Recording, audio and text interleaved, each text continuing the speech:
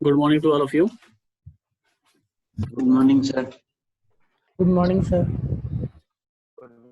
अच्छा, ये टाइमिंग पूछने की जरूरत है क्या? मैंने बता दिया सारी क्लासेस 9:30 से ही होंगी, जो पैंटो में लिखी हुई है डे। जो भी डेज हैं मंडे ट्यूसडे वेडनेसडे वो हमारे 9:30 से ही होंगी। ठीक है, होती नहीं, तुमको पूछना चाहिए सर 9:30 से ही है ना, तुम पूछ रहे कितने बजे? आगे से जाएंगे। चलिए, लास्ट क्लास में क्या देखा था हम लोगों ने? लास्ट क्लास में क्या देखा था? थर्मल स्ट्रेस एंड कंपोजिट बार। ठीक है, अभी थर्मल स्ट्रेस ही चल रहा है हम लोगों का। अभी चलेगा thermal stress in compound bar. Thermal stress in compound bars, ठीक है, बार्स या फिर बोल सकते हैं bars in series. Thermal stress in compound bars. सिर्फ हम लोग डिफॉर्मेशन चेक करेंगे सिर्फ एक डायरेक्शन में, बाकी डायरेक्शन में मानेंगे कोई डिफॉर्मेशन नहीं हो रहा है। दैट इज पॉइजन रेशियो है जो, because of thermal stress there will be no Poisson ratio, means there is no lateral direction deformations. Okay, ठीक है। तो ये एक एग्जाम्पल है जिसमें ब्रास है, स्टील है, दोनों को सीरीज वाइज जोड़ा गया है। अब इसमें स्ट्रेस तभी जनरेट होगा जब दोनों तरफ से फिक्स होगा, क्योंकि यहाँ पे फैब्रिकेशन एडहेसिव नहीं लगाया गया है सरफेस के अलोंग कि वो एक दूसरे के डिफॉर्मेशन को रोकेंगे। तो यहाँ पे एक दूसरे के डिफॉर्मेशन को रोकने के लिए क्या किया जाएगा? दोनों तरफ सपोर्ट लगाए जाएंगे। श्योर? सोचो, मैं जैसे हम लोगों ने कंपोजिट बार में किया था, ये जो डायग्राम था कंपोजिट बार का,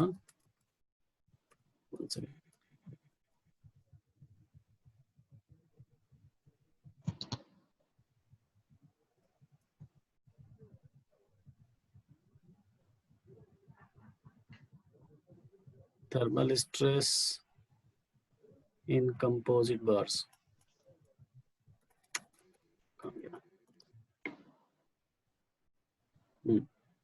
ये जो डायग्राम था इसमें दोनों तरफ हमने सपोर्ट नहीं लगाया था। क्यों? इसमें थर्मल स्ट्रेस कैसे जनरेट हुआ? क्योंकि दोनों को रेस्ट्रिक्टली एक दूसरे को आगे बढ़ना है एक साथ। दोनों एक साथ आगे तो बढ़ नहीं रहे हैं। एक कॉपर बहुत तेज आगे जाएगा बट आयरन बहुत धीरे जाएगा, लेकिन दोनों को साथ में जाना है, तो दोनों एक दूसरे को रेस्ट्रिक्ट करेंगे। रेस्ट्रिक्ट किस सेंस में करेंगे? एक एक्सपेंड को रोकेगा, एक आयरन का कॉपर के एक्सपेंशन को रोकेगा, और कॉपर उसके आयरन के कॉन्ट्रैक्शन को नहीं रोकेगा, उसका जो कम एलोंगेशन हुआ है उसको ज्यादा करेगा और एक्सपेंड करेगा। ठीक है, तो एक तरह का रेस्ट्रिक्शन है, तो इसकी वजह से स्ट्रेस जनरेट हो रही है। लेकिन इस केस में जो हम लोग कंपाउंड बार पर पढ़ेंगे, इसमें क्या होगा? अगर एक तरफ साइड में मैं ओपन कर दूं, एक साइड में ओपन कर दूं, मतलब एक यहाँ वाला जो है सपोर्ट, इसको हटा दूं, इस सपोर्ट को हटा दूं, तो ये फ्रीली आगे बढ़ेगा और ये भी फ्रीली आगे बढ़ेगा। बढ़ेगा कि नहीं? ब्रास और स्टील दोनों फ्रीली आगे बढ़ेंगे, तो कोई स्ट्रेस जनरेट नहीं होगा। और हम लोग पढ़ रहे हैं thermal stress in compound bars, तो थर्मल स्ट्रेस तो होना चाहिए, तो दोनों तरफ क्या करेंगे? फिक्स। दोनों तरफ फिक्स किया, लेकिन अभी हमें क्या करना होगा? जैसे यहाँ पे अल्फा ऑफ द ब्रास देख रहे होगे 20 है और स्टील का 11 है। ठीक है, और यंग्स मॉडुलस से थोड़ा स्ट्रेंथ को भी को रिलेट किया जा सकता है। जैसे यंग्स मॉडुलस लिखा हुआ किसका ज्यादा है? स्टील का। 1 is brass and 2 is steel. ठीक है, तो यंग्स मॉडुलस किसका कम है? ब्रास का। मतलब वीक कौन होगा? वीक कौन कमजोर है? ब्रास कमजोर है। ठीक है, और ये ज्यादा स्ट्रांग है, स्टील ज्यादा स्ट्रांग है। इसका मतलब ये है कि जब ये, अच्छा ये बताओ, इस केस में दोनों तरफ सपोर्ट है, दोनों सपोर्ट में और क्या क्या चीजें हो सकती हैं? हम क्या क्या देख रहे हैं? दोनों में डिफॉर्मेशन बी जो पॉइंट है, इसका पोजीशन बदलेगा या नहीं बदलेगा जब हम यहाँ पे टेम्परेचर राइज करेंगे? तो जब हम बदलेगा सर। बदलेगा ए और सी का सेम रहेगा। ये नहीं बदलेगा क्योंकि यहाँ पे फिक्स पॉइंट है। तो मतलब हो सकता है ब्रास छोटी हो जाए और ये स्टील बड़ी हो जाए।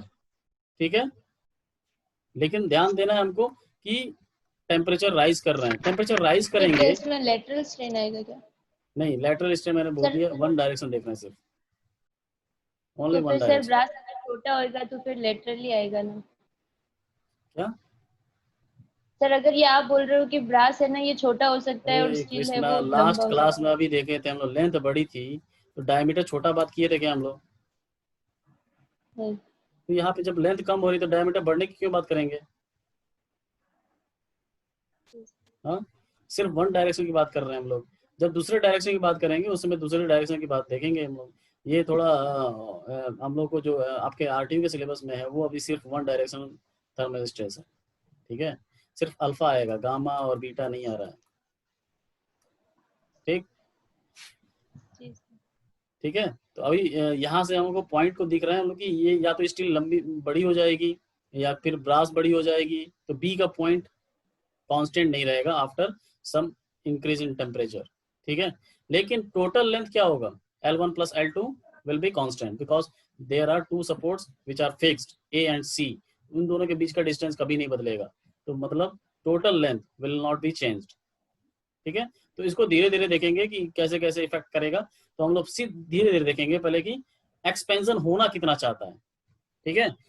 एक्सपेंशन दोनों कितना होने चाहते हैं ये भी वन बाय वन देखेंगे। पहले ब्रास को एक्सपेंड करेंगे because of thermal expansion, then steel को एक्सपेंड करेंगे बिकॉज ऑफ थर्मल एक्सपेंशन, ठीक है? तो पहले मैंने ब्रास को एक्सपेंड किया because of delta T, there is a change in the length of brass from B to B1, लेकिन स्टील अभी चेंज नहीं हुआ। सब मैंने माना कि टेम्परेचर जो राइज किया है सिर्फ इधर की तरफ किया है, इधर नहीं किया है, तो स्टील एज इट इज, और यहाँ पे फिक्स सपोर्ट नहीं है, कोई सपोर्ट नहीं है, तो एक्सपेंड हो जाएगा फ्रीली। बाद में देखेंगे ना कि रेस्ट्रिक्टेड स्ट्रेन कितना है, उसके अकॉर्डिंग स्ट्रेस निकालेंगे, यस सर। ठीक है? तो ये बढ़ गया, यहाँ से इतना लेंथ बढ़ गई इसकी, कहाँ से कहाँ तक? B से B1। उसके बाद स्टील भी बड़ा होगा, स्टील भी बढ़ गया, दोनों बढ़ गए, ठीक है?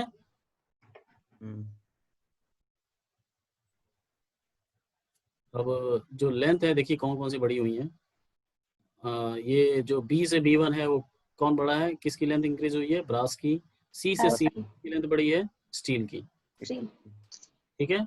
तो बोल सकते हैं हम लोग थर्मल एक्सपेंशन वो कितना है इस फिगर में, लास्ट फिगर में, this C1 this plus this total thermal expansion, total thermal expansion is this one, this plus this part, सही है? Yes sir. सही है ना? या फिर ये बोले ये है टोटल, बताओ इनिशियल पोजीशन क्या था? इतना था C तक, और फाइनल हुआ है टोटल इतना लेंथ बढ़ गया है टोटल यस सर। कंपाउंड का, ठीक है? तो टोटल लेंथ ये है, total thermal expansion is this one. समझ में आ रहा है? यस। ये समझ में आना चाहिए। ये और ये दोनों मिलके ही तो इतना टोटल एक्सपेंशन कर रहे हैं, यहाँ से ये पोजीशन इनिशियल पोजीशन, और यहाँ से यहाँ तक पहुँच गया ये लेंथ टोटल। जब सपोर्ट नहीं है तो टेम्परेचर राइज किया, एक्सपेंशन इतना हो गया, ठीक है? दोनों का अलग अलग देखेंगे तो ये स्टील में है प्लस ये ब्रास में है, और ये दोनों मिलके ये स्टील प्लस ब्रास का टोटल एक्सपेंशन है, ठीक है?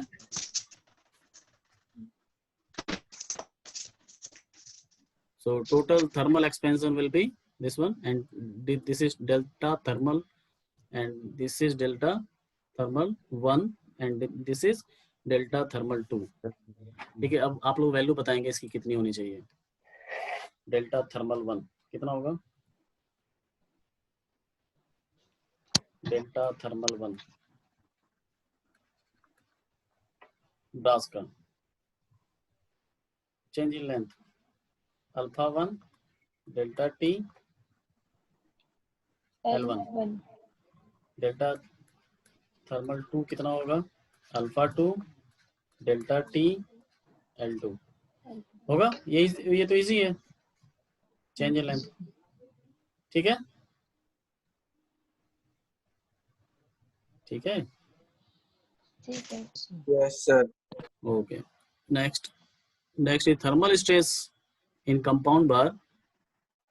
अगर हमने ये सब देखा है तो अब इसमें हम लोग देखेंगे कि एक्सियल डिफॉर्मेशन कितना हो रहा है। उल्टा आप देखेंगे, आप सपोर्ट धीरे धीरे लगाते जाएंगे इसके ऊपर। आप सपोर्ट लगाएंगे, पहले सबसे पहले ब्रास छोटा हो जाएगा, पहले एक एक करके कंप्रेस होगा कि नहीं, फिक्स सपोर्ट की वजह से, सपोर्ट की वजह से कंप्रेस होगा ये पूरा का पूरा कंपाउंड बार। तो सबसे पहले हमने देखा ब्रास कंप्रेस किया। कंप्रेस किसकी वजह से होगा? Because of reaction forces. Reaction forces will come out from walls. Walls, दोनों तरफ Walls. वॉल्स हैं, तो वहां पे रिएक्शन फोर्सेस जनरेट होंगी। एक्सटर्नल फोर्स एक भी नहीं है। तो इक्विलिब्रियम इक्वेशन अगर मैं लगाऊं, if we are assuming that this is R and this is R, ठीक है, या फिर यहाँ पे भी हम बना सकते हैं आर है ये और यहाँ पे आर है। अब यही रिएक्शन जो फोर्स है इन दोनों को कंप्रेस करके रखा हुआ है, ठीक है। तो R minus R equals to 0, so R equals to, या फिर माने हम लोग R1 एंड R2, ठीक है। So R1 minus R2 equals to 0, so R1 equals to R2, that is R, ठीक है। अभी पता चल गया R है। तो अब धीरे धीरे देखेंगे, एक एक करके देखेंगे इसमें भी। ये जो चेंज इन लेंथ आया है, लेंथ यहाँ पे पहले एक्सपेंड हो गया था इतना तक, ठीक है, इतना एक्सपेंड हो गया था, तो ये वापस कंप्रेस हुआ बिकॉज ऑफ R। अब ये कितना हुआ? Delta AD1, axial deformation 1, axial deformation 1 because of mechanical loading. Mechanical loading कहाँ से आ रही है? रिएक्शन फोर्सेस से, ठीक है। उसके बाद देखेंगे स्टील में भी हो जाएगा कि नहीं? स्टील में भी कुछ डिफॉर्मेशन होगा बिकॉज ऑफ R, ठीक है। किसका डिफॉर्मेशन ज्यादा होगा, किसका कम होगा बताइए? फोर्सेस दोनों पे सेम लग रही हैं। मैंने अभी बताया था कि स्ट्रेंथ और यंग्स मॉडुलस को एक दूसरे से को रिलेट कर सकते हो, इक्वल नहीं कर सकते, को रिलेट कर सकते हैं। तो जिसका यंग्स मॉडुलस ज्यादा है, वो स्ट्रेंथ उसकी ज्यादा है, तो स्टील ज्यादा डिफॉर्म होगा, या फिर ब्रास ज्यादा डिफॉर्म होगा, because forces are same on both, ठीक है। तो इसमें भी डिफॉर्मेशन हुआ, लेकिन देखेंगे आप ध्यान से कि जो इनिशियल पोजीशन थी वो वापस आ गई है, Yes. ठीक है। Total length L1 plus L2 अब मिल गया है, लेकिन अब L1 उतना बराबर नहीं है। L1 प्लस L2, अब ये L1 नहीं है, समझ में आ रहा है? L1 इतना है। हाँ, कोई पूछ रहा है कुछ? हाँ सर, मैं पूछा था हम्म, sir, delta L equals to F L by A ही होता है। एफ तो delta sir equals to, constant है, but delta L equals to F L by A ही। हाँ तो सर एफ तो दोनों में सेम है, बट एल और ए का रेशियो थोड़ी ना सेम है। एल बाई ए जो अपन डायरेक्ट 1/E से ही कंपेयर कर रहे हैं। आपने कहा ना कि इसमें डिफॉर्मेशन ज्यादा होगा, हम्म, तो सर ब्रास में जरूरी थोड़ी डिफॉर्मेशन ज्यादा हो, हाँ ये क्योंकि ये डेल्टा ये एल इक्वल्स टू ये एफ एल बाई हाँ ए ही ये है। हाँ लेंथ ठीक और है, ये एरिया पे पॉइंट, भी तो ये डिपेंड करेगा। ठीक है, ठीक, ये यहाँ पे एग्जांपल मैंने दे दिया, L1 इक्वल्स टू L2, अलग अलग है, मतलब जनरल एग्जांपल है, एरिया भी अलग है और लेंथ भी अलग है, तो ये डिपेंड करता है सब पे। फोर्स तो सेम है, हाँ, L अपॉन ए सब पे डिपेंड करेगा। अगर ये है ना सर? एरिया और लेंथ सेम मानता मैं, तो इस मटेरियलिस्टिक कांस्टेंट पे थोड़ा कंपेयर कर दिया मैंने, कि दोनों मटेरियलिस्टिक कांस्टेंट पे अगर चेक किया जाए कि किसका डिफॉर्मेशन ज्यादा होगा, तो यंग्स मॉडल्स पे देखेंगे, ठीक है। Okay sir. अभी ये पता नहीं है कि कितना लेंथ चेंज होगा, किसका कम हो जाएगा, ये ज्यादा नहीं है, ये कोई भी वैल्यू मतलब वो नहीं है, मतलब न्यूमेरिकल वैल्यू नहीं है कि इतना है, इसका ज्यादा है, इसका कम है, हाँ ठीक। सर। तो ये लेंथ यस बदल सर। सकती है, लेकिन ये श्योर है कि L1 के बराबर नहीं रहेगा अभी। अच्छा नहीं, ये श्योर नहीं है L1 को, ये जो फाइनल इसका लेंथ है, इसको सेम नहीं कर सकते हो, ठीक है। सेम नहीं कहेंगे, हो हाँ सकता है सेम आ जाए, ऐसा रेशियो बना हुआ कि सेम आ जाए, लेकिन सेम नहीं होगा, हाँ सर।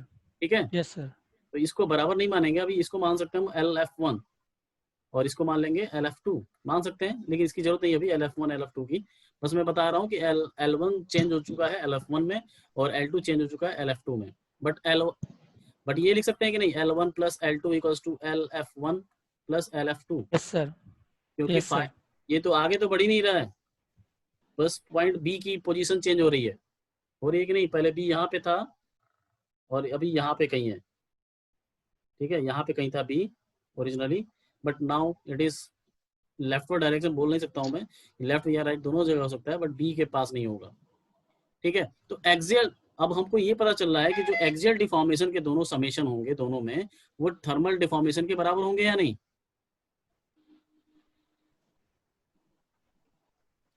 यस सर, कांस्टेंट है ना। दोनों एक्सियल डिफॉर्मेशन दोनों के स्टील और ब्रास के axial deformation will be equals to thermal deformation of both. होगा होगा या नहीं? होगा सर। ठीक है, तो थर्मल ये बताइए आप लोग, ए डेल्टा ए D1 कितना होगा? R minus F L1 minus R लिखे, माइनस क्यों सर? कंप्रेशन। कंप्रेसिव है ना हाँ, लिखे, या फिर समझ लें अपने आप बिना माइनस लगाए? एक कंप्रेसिव होगा तो सर एक इलोंगेटिव होगा, नहीं, कोई सा दोनों भी मान दोनों सकते हैं। कंप्रेसिव होगा बेटा, नहीं सर, एक्सपेंड अगर अपन दोनों। सिर्फ अरे नहीं सर यहाँ से फाइनल सिचुएशन देखे, नहीं, फाइनल ये दिस इज इनिशियल, बट यहाँ से नहीं देखना है। अच्छा थर्मल कंप्रेशन कब हो रहा है? यहाँ से हो रहा है, जब एक्सपेंशन हो गया फिर ये समझने के लिए, लेकिन हो रहा है दोनों साइमल्टेनियसली। थर्मल हाँ एक्सपेंशन सर, एंड आ गया समझ। Axial deformation both are happening simultaneously, but हम लोग अलग अलग देख रहे हैं। पहले थर्मल किया, फिर उसको कंप्रेस किया, क्योंकि वापस आना है। ठीक है, तो दोनों में कंप्रेशन होगा। यहाँ से देख रहे हैं तो इस पोजीशन से ये तो छोटा हो रहा है, ये भी छोटा हो रहा है, तो कंप्रेशन हो रहा है AD2 minus RL2 by A2। ठीक है, कंपैटिबिलिटी इक्वेशन क्या होगी?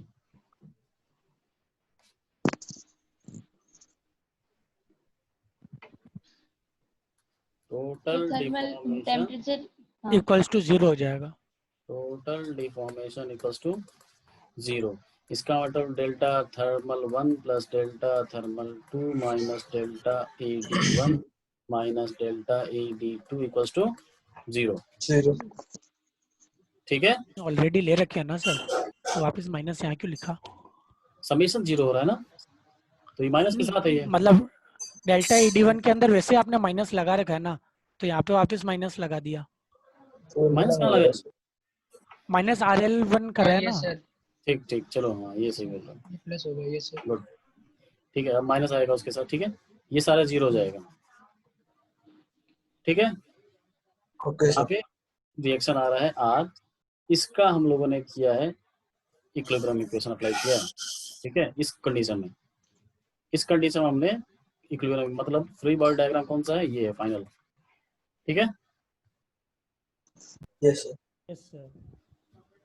नेक्स्ट,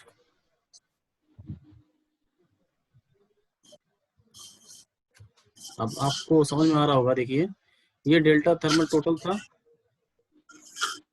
ठीक है, ये डेल्टा थर्मल टोटल था, वापस आया है इतना। तो आप देख सकते हो यहाँ पे ध्यान से कि delta AD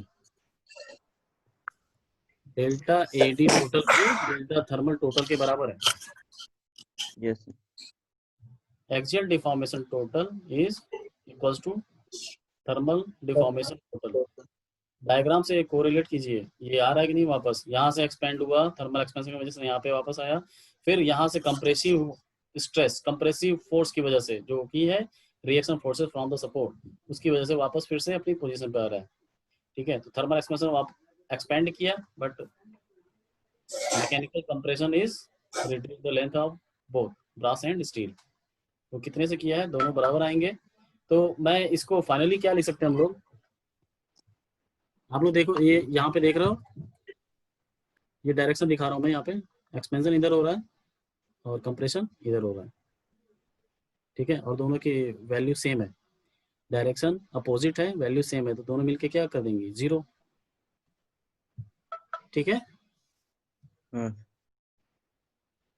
so the total thermal deformation will be equals to total axial deformation. ये सही है, मैग्नीट्यूड की बात हो रही है, मैग्नीट्यूड की बात हो रही है। Total thermal deformation will be equals to total axial deformation.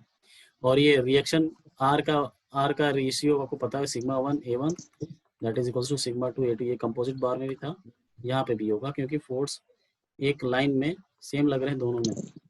तो ये स्ट्रेस जो जनरेट होगी वो क्या होगी? सिग्मा 1 इक्वल्स टू R/A1 और सिग्मा 2 इक्वल्स टू R/A2। ठीक है, अब यहाँ से आप बता सकते हो कि स्ट्रेस किस में जनरेट होगी। वो तो बस एरियाज को देख के बता सकते हैं। स्ट्रेस किस में जनरेट होगी ज़्यादा? यहाँ पे इस डायग्राम के हिसाब से, अगर इस डायग्राम की बात करूँ मैं, तो इस डायग्राम की बात से इस एरिया किसका कम हो रहा है, स्टील का. So stress will be sigma 2 will be greater than sigma 1 in this example, in this diagram, according to this diagram only. ठीक है.